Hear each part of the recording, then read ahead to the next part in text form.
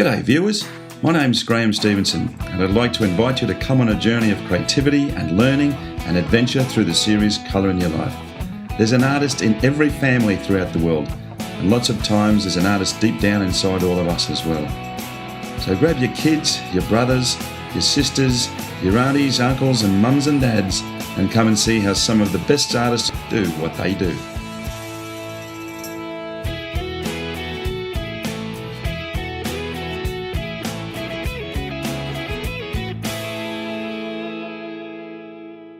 Well, folks, we are on Cape Cod in Massachusetts in the United States, and we are at the studio of a multi-award winning watercolour artist, Ann Hart. Ann, welcome to the show. Thank you. Welcome to Cape Cod. Great to be here. It's a fantastically beautiful place, and it really is lovely, isn't it? It is. It's a special place. Glorious area.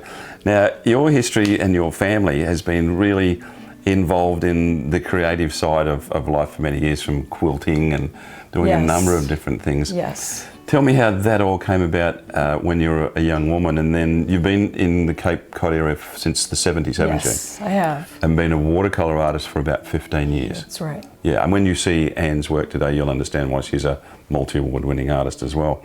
But so tell me a little bit about that transition from where you were on the creative side of your life into being an artist. Well, growing up, my family was very interested in old things, so I would be taken along as the youngest child on the treasure hunt for the special antique. And my mother became expert at decorating furniture. That, as my background, I have brought with me an appreciation of old things and the beauty of nature. And it's portrayed in your work. I mean, everywhere you look, you can actually see the history of your travels.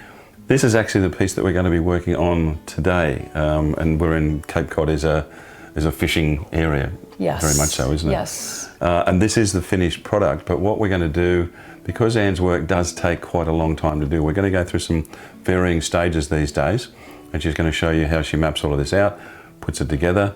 Lots of really fascinating stuff, I can assure you. So let's head over to the studio and we'll get started. Great. Good. Fantastic. Thanks.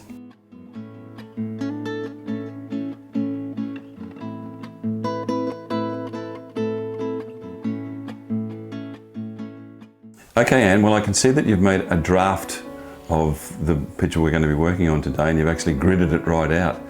So Yes. that obviously makes it a lot easier for you. Yes, absolutely. For years, I would draw directly on my watercolor paper, and only recently have I started doing a drawing on separate paper. And I wanted to mention that I came to do this by watching Lorraine Watry, who is another Color in Your Life artist, and she had a really great demo of how to do this, and it made me understand that you don't lose your pencil drawing when you put the paper in the water in order to soak it and attach it to your paper, which is what I had always believed. In fact, you actually have to be kind of careful with your pencil that you don't make it too dark because it gets embedded into the paper. You've actually used masking tape in conjunction with a masking fluid to get you to where you are now, which looks fantastic. So, what areas do you decide to mask off? This painting has a very dark background and a lot of things happening in front of it that are light or white or just need to be protected from the dark wash that I'm going to put on it. So that's what I have masked. I've masked the edge of the boat and all of the lines and the various gear that's in front of the dark. So here I go with the first wash here. Pretty loaded brush. Yes. And I'm just going to go for it. And you can see that that's just a really rich, phthalo-y, turquoisey color. That's great, isn't it?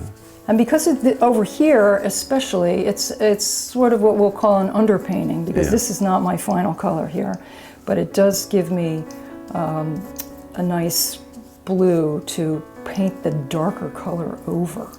That might be dark enough, but I'll dry it and then I can go with the dark paint. Okay. Next step. Well, let's dry it then. Okay, great. Thanks. Cool.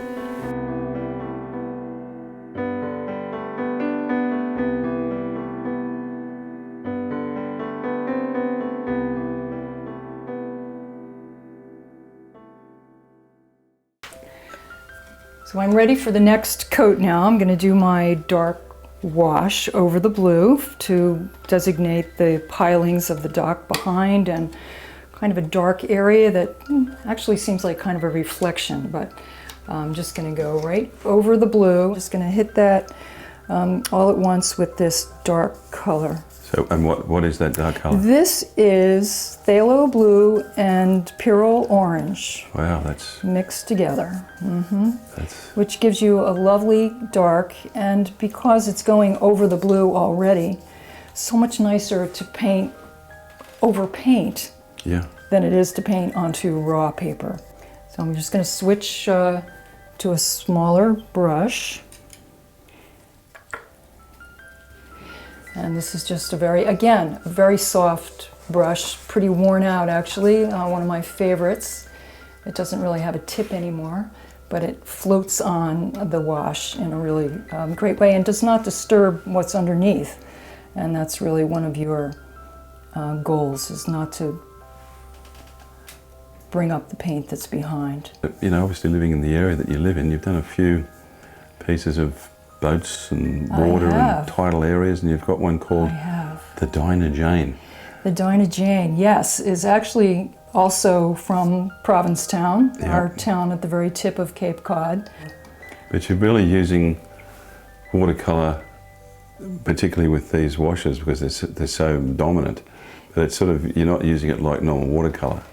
No, this is pretty opaque for this part, and that's sort of a combination of watercolor versatility that I like in a painting, is that you can have it be very fluid and transparent, and then the opaque nature of it can really set all of that off. So now that I have my dark wash completed, I can take off the masking fluid and reveal all of my lines, and there's ladders and all kinds of things happening along the edge here. So I just need to take that off, and if I'm lucky, I'm going to have my nice thick masking fluid is going to come off pretty cleanly. Yep. It's a fun thing to do too, isn't it? Yes. To find out. Yes, and you will see that because this paint was fairly thick, I have little edges along where the masking tape is pulling up that will need to be cleaned up, and a lot of it is very dry, and we will emphasize that you really do need to make sure that everything is dry before you before you take this off. And we can just pull this tape off to reveal my nice pristine little cabin of the boat there that's been completely protected. Ready to go. Ready to go to the next stage. We've got another piece, we can move on to that, but that's fantastic. Good. Let's hop onto the other piece and see how we go there. Good.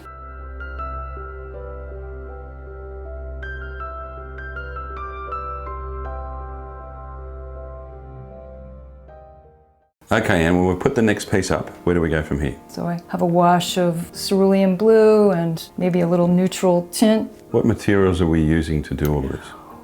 Well, the paper is 140-pound Arches cold press paper, which is my favorite paper. And your brushes? Brushes are Loew Cornell synthetic brushes, which I like them because they come to a good point. And I have a few sable brushes, again, mostly when they're very soft for doing washes over washes, lots of layering, and you need something very soft to do that. Now you've got a number of pieces that we're going to be showing today, but there's one that I just think is just an extraordinary painting, and it's called Ryders Cove. And the atmosphere and the light in it is just superb. It's one of the prettiest paintings I've seen in a long time. Thank you so much. It really is. That was my first piece that was accepted to a national show, so that was a really big deal for me and very exciting. There's another one called Bail Me Out. Bail Me Out. And Bail Me Out is obviously a similar picture, dinghy down on the shoreline, but the colours and the reflection, it's just wonderful. Yes, with the sky reflecting in the puddle in the boat, hence Bail Me Out.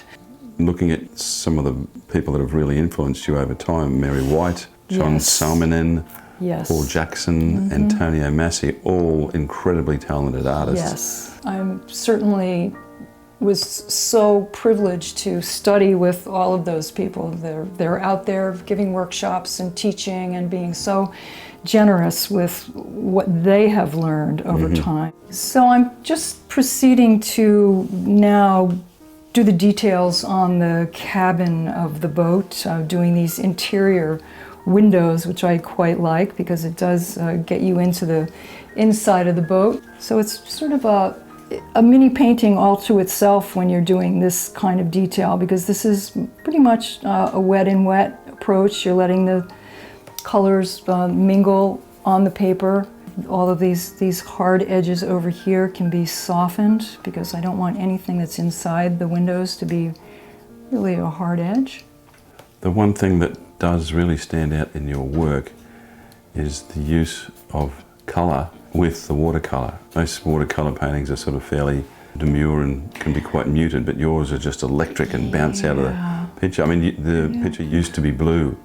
It's an old Buick or a Dodge of some sort. Yeah, old car. The colours in that are fantastic. Yes, that was a really fun painting to do, partly because I discovered that old vehicle sort of hiding in the weeds. The challenge was to get the dry texture of the rusty part with the curled up paint where it's peeling. So that was the challenge there. So used to be blue. And that aspect of rusted objects and things that are old and used, like lines and links. Yes. It's another great picture. It's an old pulley, obviously from down to the wharf somewhere. Yes, another boat in the same situation, probably one dock over from where this boat was tied up. So now I think that I will go and work on the hull of the boat, this nice rusty brown area in the back. So I sort of get my transition areas wet so that I can go in and get my color on and know that I'm not going to have a hard edge.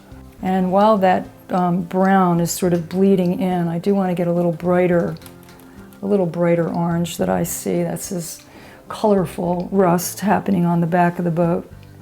So I can drop that in. And I'm not going to too much trouble to try and delineate the planks that are the side of the boat, but maybe if I can skip and leave a little bit of paper showing, I can just establish that by having the paper left behind. And you've got some other beautifully coloured pictures as well. I mean, I just love your work because of all the colours, but there's one called Love Locks, and there's a bit of a story to that one. Yes, Love Locks. David and I went to Paris just about a year ago, and the Eiffel Tower was not in the photograph, so I had to import that from a different photograph, and of course there was no bird in the photograph either. I just felt I had a space, and what could I put there to add a little bit of life to this picture? And that painting, I'm so happy to say, was accepted to the Pennsylvania Watercolor's current international exhibition and won an award. So that was something that made me really happy. Yeah, and in saying that, you're actually a signature member of the Transparent Watercolor Society of America, yes, the Pennsylvania Watercolor Society, and the New England Watercolor Society. Yes, I participate in all of those exhibitions, and it took me a few years, but I have my signature in those three organizations. That's wonderful.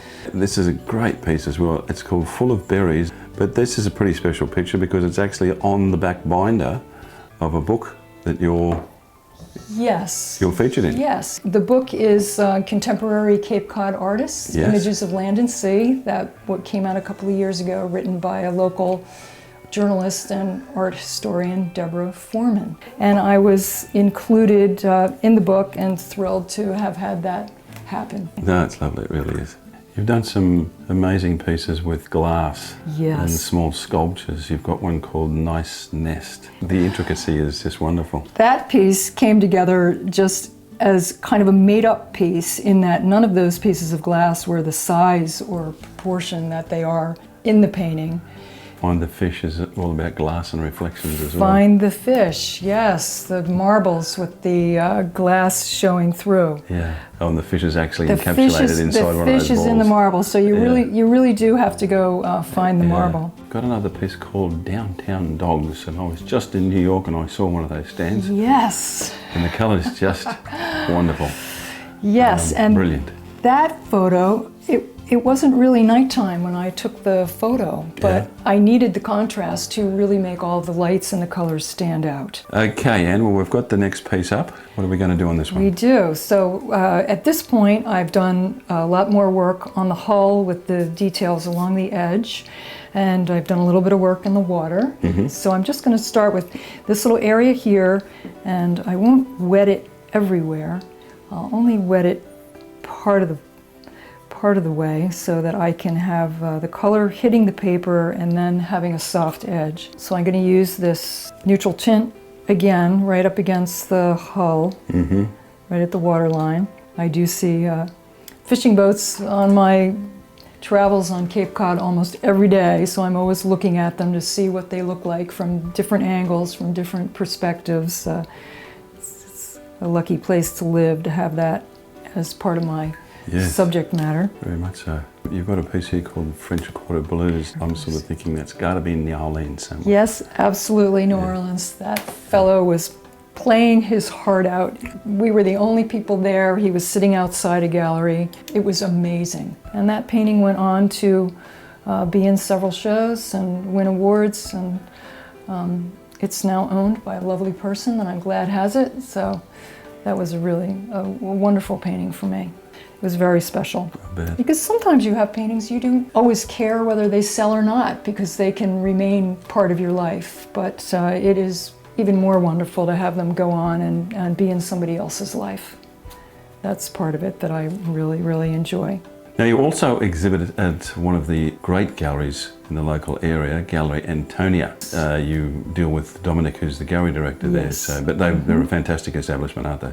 Incredible. Being in the gallery really changed my life. I've been with Dominic for almost 9 years now, and it's just been amazing. And as being part of the community, we do all kinds of events at the gallery, from book signings and special events, exhibits and openings. There's always something going on. Learning about color is so important because, yes, I would disagree when people say watercolor is so unforgiving and you can't make a mistake, but it is really key to understand about paint and what can go on top of what to create another color. So that's what I find so interesting about it. Yeah, I think the beauty about watercolor too is, which you've been showing us all the way through, is you can drag that color out a little bit as well. Yes, yes, absolutely. I like to get to the point in a painting where I'm not really looking at the photograph anymore. I'm really only concerned with how it's working as a painting. And that's when you can honestly put your stamp and your interpretation on whatever is happening on the paper in front of you. And that's my goal. I often tell my students, who are often a little too committed to what a photograph looks like, it's important to be able to let go of what the photograph looks like and just make your decisions based on how you want it to look as a painting. I do say to my students, you are the boss of your painting. So you get to make all of those decisions. Yes, and saying that to your students. Yes, my students, my wonderful students. And the wonderful workshops you do. If you would like to inquire for some of Ann's workshops, it doesn't matter where you are in the world. You can see her workshop details and her work at annhartsart.com. Right, you have to put that S in there because somebody else had Ann Hart art. Okay, there you go. So I had to put the S in. Annhartsart.com. Yes, to separate myself. That was a tongue twister. Yes. Now what I'm going to do is jump out of the detail in the water down here at the bottom and do this big wash on the reflection of the hull up above. And to do that, I'm going to turn the painting around because I want more gravity helping me keep the dark paint closer to the waterline. So I'm just going to jump in with this lavender wash color and just lay that on here. I'm just going to bring this across.